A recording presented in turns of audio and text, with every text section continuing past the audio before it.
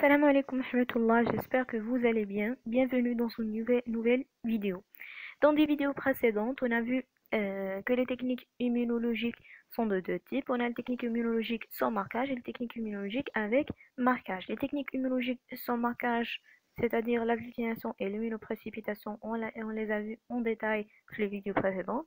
La vidéo précédente, on a vu également la première technique immunologique avec marquage et qui est l'immunofluorescence. Dans la vidéo, on va voir l'immuno-enzymologie. Donc tout ça, on les a déjà vus, ces planches. Je vais les passer. Fait la technique d'immuno-enzymologie, les méthodes immuno-enzymologiques, on va voir qui moderna l'immunofluorescence, le traceur ou le marqueur utilisé en immuno-enzymologie, le principe de l'immuno-enzymologie, c'est-à-dire la technique de réalisation d'une immuno-enzymologie, et à la fin, on va voir les différentes techniques basées sur sur la méthode immuno-enzymologique. Donc, on commence d'abord par le traceur ou le marqueur utilisé en immuno-enzymologie. En immuno-enzymologie, on va utiliser bien sûr des enzymes.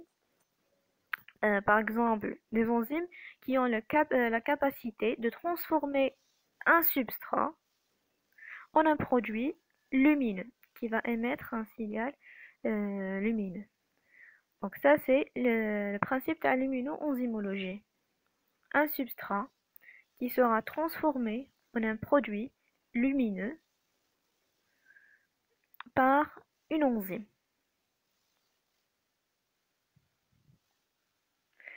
Les principaux enzymes utilisés en immuno-enzymologie sont au nombre de 4. Les plus importantes, c'est les deux premières. On a la peroxydase. On parle généralement de la peroxydase de Rayford, qui est une peroxydase obtenue à partir d'une plante d'origine végétale. La peroxydase va utiliser comme substrat l'eau oxygénée, qu'elle va transformer en un produit lumineux. La deuxième enzyme, c'est la phosphatase alcaline. La phosphatase alcaline, par contre, elle est généralement d'origine animale, on peut l'obtenir à partir de la muqueuse intestinale de certaines espèces. La phosphatase alcaline elle a plusieurs substrats. La peroxydase, elle a généralement un seul substrat, c'est l'eau oxygénée, tandis que la phosphatase alcaline, elle a plusieurs substrats. Par exemple, le nitrophénylphosphate, le naphthol-AS phosphate, etc. Et on a également des enzymes d'importance moindre par rapport aux deux premières, par rapport à la peroxydase et la phosphatase alcaline. On a la glucose oxydase et la bêta-galactosidase qui est issue de l'Escherichia coli.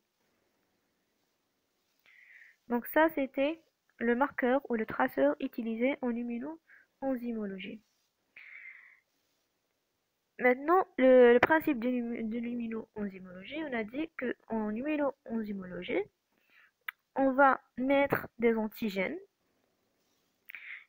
et on va mettre en contact de ces antigènes des anticorps marqués. Ces anticorps sont marqués par une enzyme. L'enzyme a la capacité de transformer un substrat en un produit qui émet un signal lumineux. Maintenant, les différents types de conjugués ou les différents types d'anticorps, les différentes méthodes de lier un anticorps avec une enzyme. On a le conjugué simple, anticorps-enzyme, et on a le conjugué, si vous voulez, complexe, associant le couple avidine-biotine. On a le conjugué simple fait un anticorps associé à l'enzyme, tandis que le conjugué complexe, si vous voulez dire. On a l'anticorps associé à un couple avidine-biotine, d'accord, associé à une enzyme. Donc, fait trois éléments, trois acteurs. Avidine-biotine. Fait l'anticorps, le couple avidine-biotine et l'enzyme. Tandis que le conjugué simple fait l'anticorps et l'enzyme. Le conjugué le conjugué marqué peut être dirigé contre un antigène. Maintenant, on a un conjugué anticorps-enzyme qui va lier un antigène. Comme on peut avoir un conjugué anticorps-enzyme qui va lier un anticorps. La liaison entre l'antigène et l'enzyme, c'est une liaison de type covalente. La liaison, elle est toujours covalente entre l'enzyme et l'anticorps marqué. Donc, on a vu le traceur ou le marqueur utilisé en immuno-enzymologie, le principe de l'immuno-enzymologie. Maintenant, on va voir les différentes techniques basées sur l'immuno-enzymologie.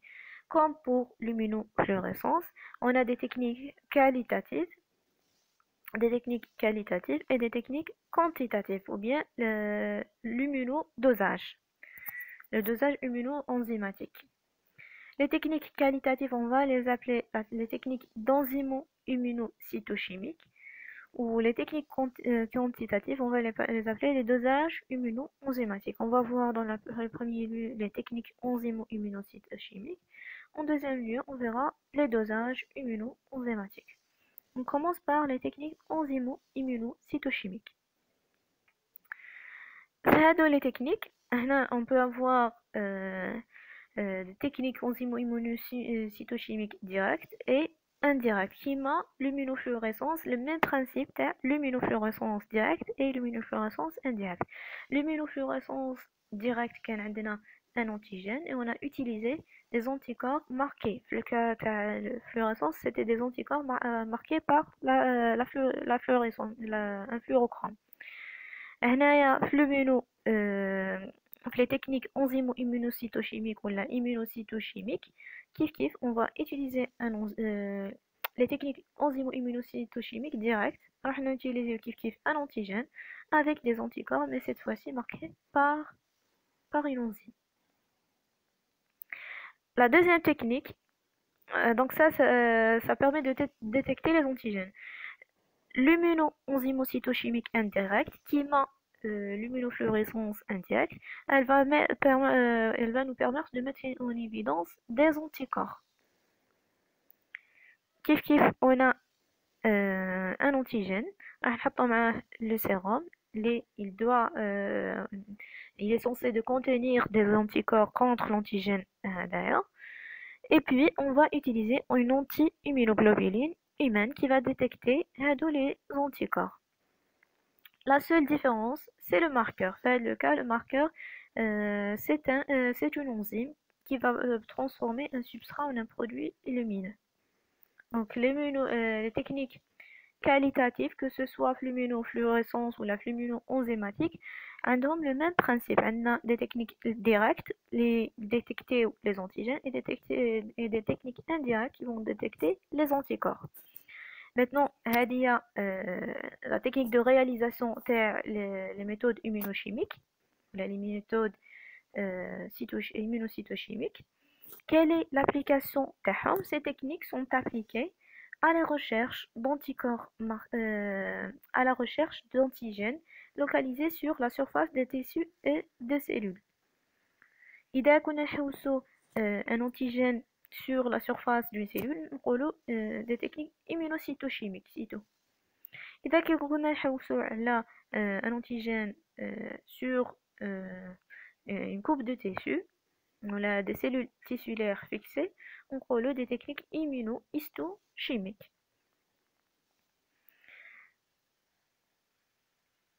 Donc ça, c'était les techniques qualitatives. Les techniques immunocytochimiques et immunohistochimiques, directes et indirectes. Donc là, on passe aux techniques quantitatives ou là le dosage immuno-enzymatique. Là, le dosage immuno-enzymatique il peut être effectué en deux phases, en phase hétérogène et en phase homogène. Qu'est-ce que ça veut dire? Quelle est la différence entre la phase hétérogène et la phase homogène? La phase hétérogène, le milieu il est purement liquide. Là, on utilise un milieu liquide, tandis que la phase hétérogène, on a besoin d'utiliser une phase solide. اللي راح نفيكسيو عليها soit des anticorps ou là des antigènes. Donc la phase homogène puisque c'est une phase purement liquide, maintenant le sérum ou la solution اللي فيها les antigènes ou l'anticorps à doser, c'est une solution liquide ومعها كي تكون la solution elle est totalement ou purement liquide, aucune séparation n'est nécessaire. Tandis que la phase hétérogène, on doit utiliser une phase solide.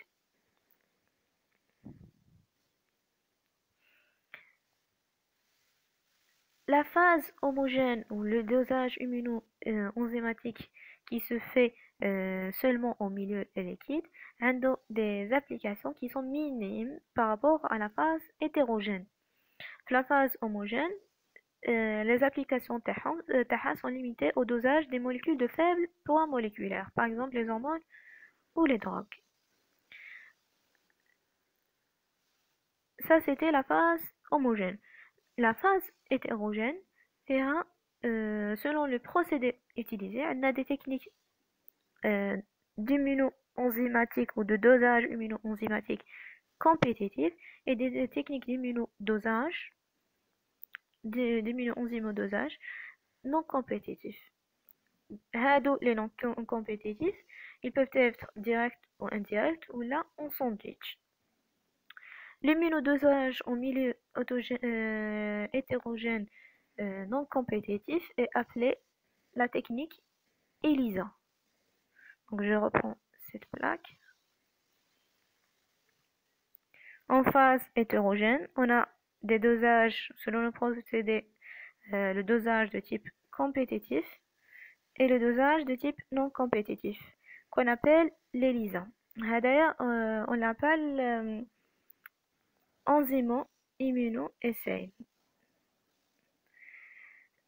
Le non compétitif, on l'appelle ELISA. ELISA, enzymo-linked immuno-sorbent assay. Sorbent, c'est-à-dire solide, en milieu solide, en phase hétérogène. Les techniques ELISA, donc on a dit, on a trois types. On a le non compétitif direct, le non compétitif indirect, c'est-à-dire l'ELISA direct ou l'ELISA indirect, qui sont appelées également des méthodes immunométriques. On a l'ELISA de type sandwich. Donc en tout, le dosage immuno-enzymatique, la première, c'est le dosage immuno-enzymatique en milieu liquide ou là en phase hétérogène. Et on a quatre techniques différentes d'immunodosage enzymatique en phase hétérogène. La technique de dosage immuno-enzymatique de type compétitif, de type non compétitif ou ELISA direct, ELISA indirect et ELISA en sandwich. On va voir chaque technique en détail. On commence par le dosage, l'immuno-enzymodosage par compétition. L'immuno-enzymodosage par compétition, il va nous permettre soit de doser un antigène ou un anticorps, qui est le fluoro-immunodosage par compétition. Toujours, on va utiliser par exemple un anticorps fixé en nombre limité. On va mettre les antigènes à doser avec des antigènes marqués. Cette fois-ci, la différence, c'est que l'antigène, elle est marquée par une enzyme et pas avec un fluorogramme. L'antigène à doser et l'antigène marqué vont rentrer en compétition sur les sites de liaison avec les anticorps. Et puis, la révélation, fait le cas, elle se fera par la détection du signal lumineux émis par le produit de la réaction chimique produite par l'enzyme. Donc, comme pour le fluorodosage par compétition, le lumino-enzymodosage par compétition, également, عندنا, la quantité du signal lumineux détecté, elle est inversement proportionnelle à la quantité de l'antigène dosé. معناتها كل ما كان les antigènes dosés la quantité تاعو كبيرة, le signal il sera moindre puisqu'il يكون عندنا بزاف les antigènes dans la solution, ils vont occuper tous les sites d'anticorps et les antigènes marqués mais يبقاولهمش بزاف les sites, le signal lumineux sera moindre. نفس الشيء la même technique avec le dosage des anticorps. La seule différence c'est que هنايا on va utiliser des anticorps fixés. Le deuxième cas, on va utiliser les antigènes fixés et ce sont les anticorps à doser qui seront en solution. Donc ça, c'était la première technique, la phase hétérogène, de l'enzymodosage par compétition. La deuxième, donc ça, c'était les méthodes compétitives. On passe aux méthodes sans compétitives ou les méthodes non compétitives. On a dit que ce qu'on appelle ces techniques, les techniques ELISA. Et on a trois types, l'ELISA direct, l'ELISA indirect et l'ELISA en sandwich. L'ELISA direct. L'ELISA direct, elle est appliquée pour le dosage d'antigènes. Qu'est-ce qu'on va faire? On va fixer un antigène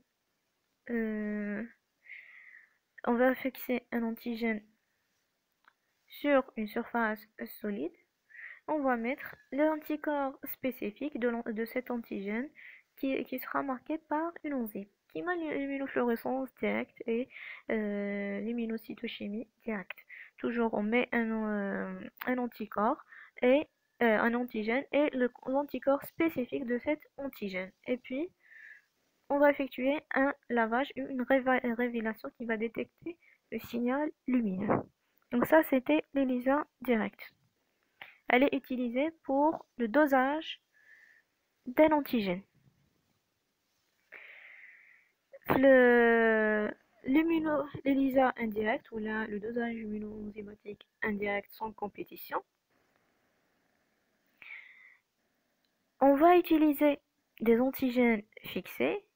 On va les mettre en contact avec les sérums qui contiennent les anticorps à doser. Les anticorps vont se fixer sur les antigènes et puis on va utiliser une anti-immunoglobuline marquée. Cette fois-ci, elle sera marquée par une enzyme.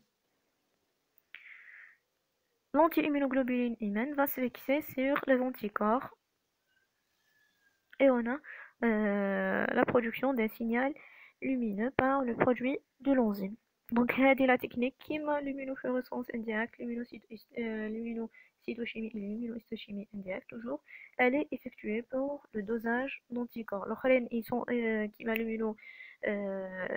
les deux premières sont des techniques qualitatives, donc ils permettent la détection d'anticorps. كيما في l'immunofluorescence indirecte, c'était la détection d'auto-anticorps. هنا هذه la technique, c'est-à-dire l'ELISA, elle va nous permettre le dosage d'auto-anticorps pour une solution donnée. On reprend toujours l'ELISA indirecte, un antigène fixé sur une surface, ajout le sérum qui contient les anticorps, et puis l'ajout l'anticorps anti-immunoglobuline humaine marqué par l'enzyme. Ils seront fixés sur les anticorps et on a la formation d'un produit qui va émettre un signal lumineux, c'est-à-dire un produit coloré.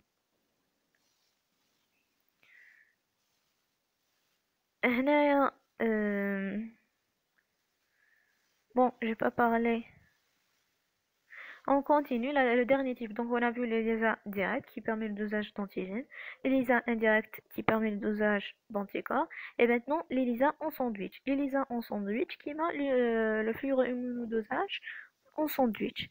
La même chose, on va fixer des anticorps sur une surface, on va rajouter la solution littérale, l'antigène à doser, et puis on va rajouter un anticorps marqué par une enzyme. L'antigène, il doit avoir deux épitopes ou la deux déterminés antigéniques différents. Cet antigène sera pris en sandwich entre ces deux anticorps.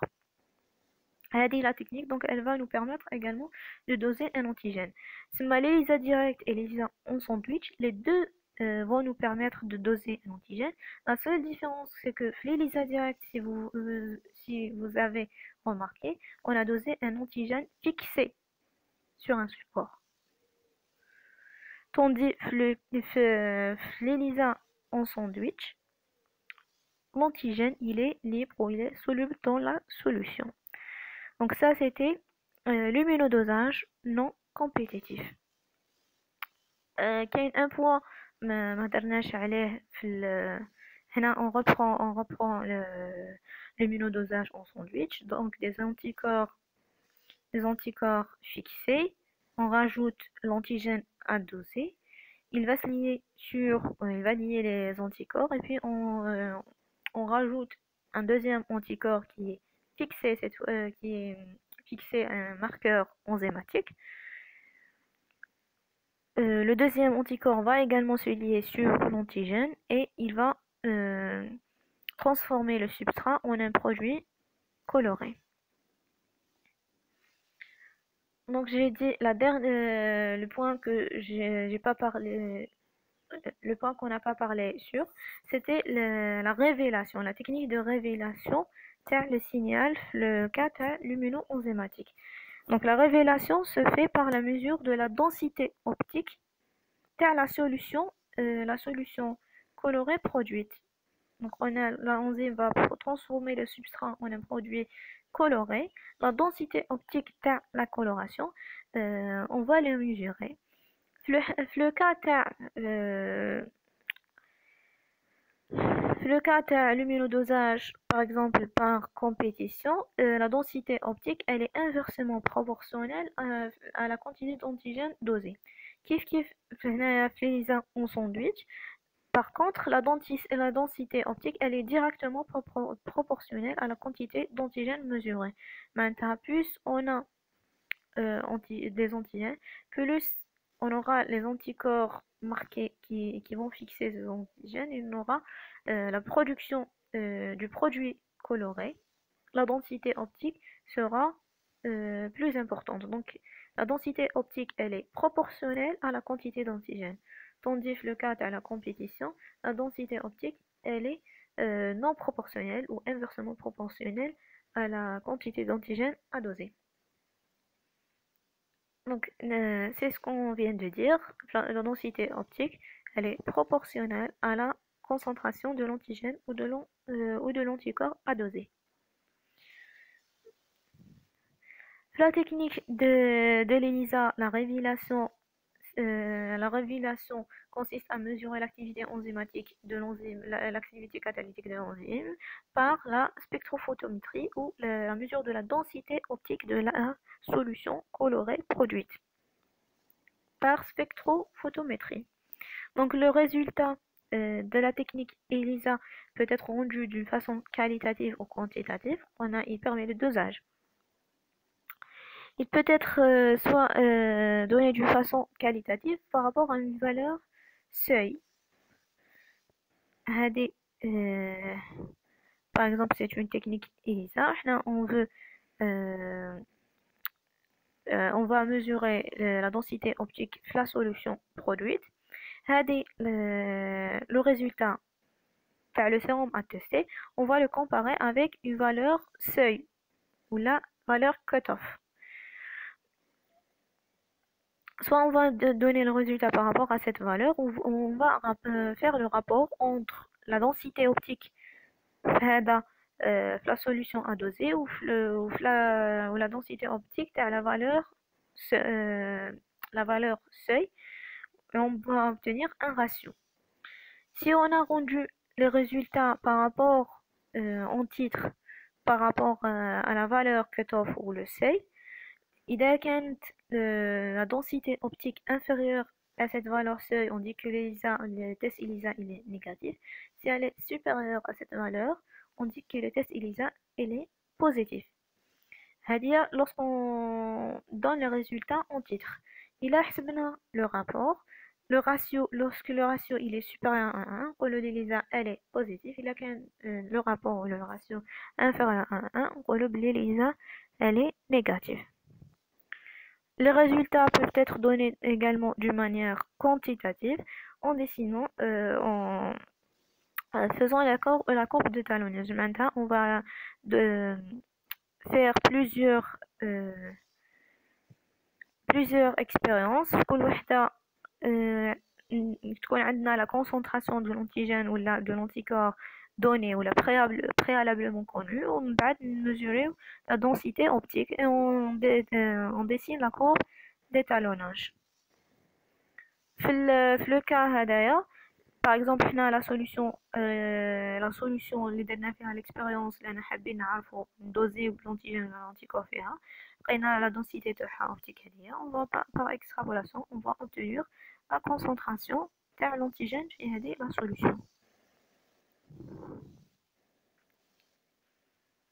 La courbe de talonnage peut être effectuée ou dessinée en unité arbitraire ou là une unité internationale. L'unité internationale par millimètre.